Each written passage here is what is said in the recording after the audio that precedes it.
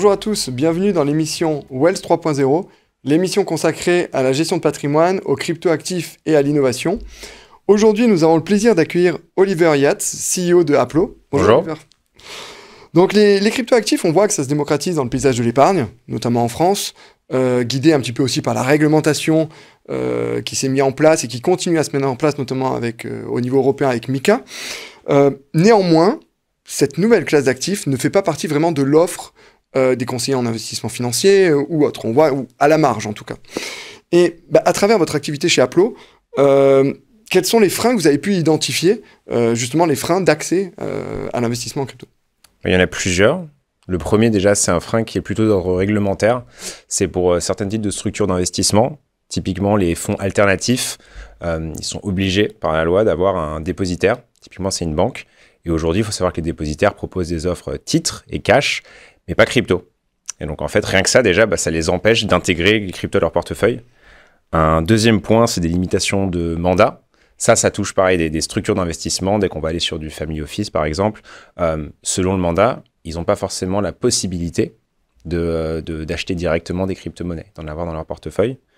Troisième limitation, c'est une limitation en termes de risque de contrepartie. Ça, c'est clé à mon avis. Et ça, c'est pas uniquement pour les fonds, c'est super important pour n'importe quel particulier qui souhaite s'exposer aux crypto-monnaies. Il faut savoir que contrairement à la finance traditionnelle, il n'y a pas de chambre de compensation qui prend le risque de contrepartie, qui s'assure que tout le monde récupère bien ses fonds et bien son cash à la fin de la journée. Il n'y a pas ça en crypto-monnaie. Donc, il faut évaluer le risque du courtier ou de la plateforme d'échange dans lequel on va aller. Un autre point qui est aussi clé pour tout le monde, c'est la qualité d'exécution des trades. Les cryptos, c'est un marché qui est assez illiquide. Dès qu'on sort de Bitcoin et Ether et qu'on veut exécuter un trade de plus de quelques centaines d'euros, le prix ne va pas forcément être celui auquel on s'attendait. Ça, c'est dû au fait qu'il y a des dizaines de plateformes d'échange sur le marché. C'est dû au fait que ces plateformes ont des fonctionnements différents et donc on ne peut pas juste envoyer un ordre à un endroit et s'attendre à avoir un bon prix. Il y a un défi, c'est le défi aussi de la conservation. C'est bien d'acheter les crypto-monnaies, mais il faut les conserver. Quand on n'a pas forcément une équipe technique qui est dédiée à ça, c'est pas évident en fait de gérer son propre inventaire de crypto-monnaies, de le conserver en interne. En tant que particulier, on peut le faire avec un ledger typiquement, mais ça implique, c'est comme un coffre-fort. On le garde, mais on ne peut pas en faire grand-chose.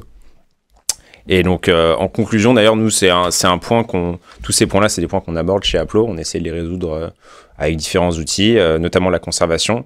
Le fait d'être connecté à plein d'échanges et donc pouvoir bouger ses fonds entre la conservation et les échanges, c'est des choses qu'on a développées finalement au contact de notre clientèle qui est plutôt institutionnelle ou family office. Mais d'ailleurs, c'est très intéressant ce que tu disais par rapport aux hedge funds qui potentiellement voudraient s'exposer à la classe d'actifs, mais effectivement, ils sont limités par rapport à la conservation auprès de leurs dépositaires. Mais on a vu il y a quelques mois où la filiale de la Société Générale dédiée à la conservation pour les fonds d'investissement, donc SG2S, qui a annoncé de services du coup de conservation d'actifs numériques. Donc, est-ce que tu penses que du coup, ça va pouvoir se démocratiser aussi Absolument. Les banques entrent sur le sujet. On l'a vu d'ailleurs, il y a eu beaucoup d'annonces récemment des banques internationales, HSBC, Deutsche Bank, qui entrent sur le sujet. Elles entrent doucement, sur un périmètre restreint. Bitcoin, Ether, pas forcément plus pour l'instant.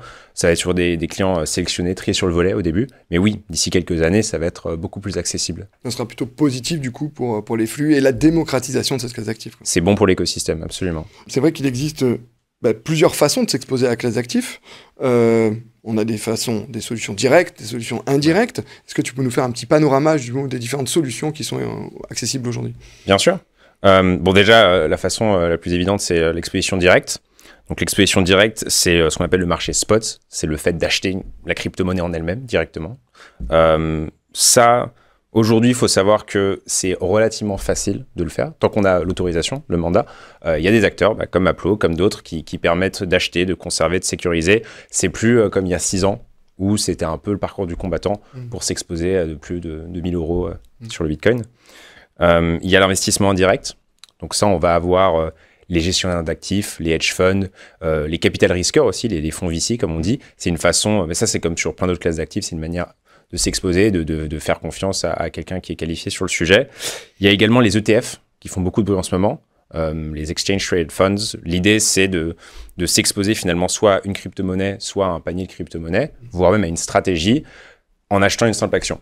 Et ce qui est bien avec ça, c'est que c'est très facile puisque les ETF, ça existe depuis longtemps et n'importe qui peut en acheter aujourd'hui via son courtier. Cependant, il faut savoir que ça implique un certain coût. parce qu'il y a les frais de gestion, il y a les frais d'échange, et puis il y a une erreur de tracking aussi, il y a des frais qui sont pris par le trading derrière. Il y a les produits dérivés. Alors ça, c'est quelque chose qui est... C'est plutôt pour un public assez averti qui a l'habitude d'en traiter, les futurs, les options. Ça se démocratise. On a Eurex qui propose des produits dérivés maintenant sur Bitcoin et Ether, typiquement en Europe. C'est assez limité en termes de gamme d'actifs, mais c'est super sécurisé. Il y a peu de risques de contrepartie. Et au niveau des coûts, c'est assez variable. Voilà, c'est un peu ça aujourd'hui le... Ouais, donc soit c'est la crypto en elle-même en direct, soit c'est plutôt des produits financiers finalement qui sont construits sur les crypto-actifs. Qui ressemblent aux produits financiers classiques en fait. Hein. Ça, c'est la même chose. Mais avec un sous-jacent crypto. C'est ça, exactement. Ouais. On a vu quand même le marché crypto plus porteur.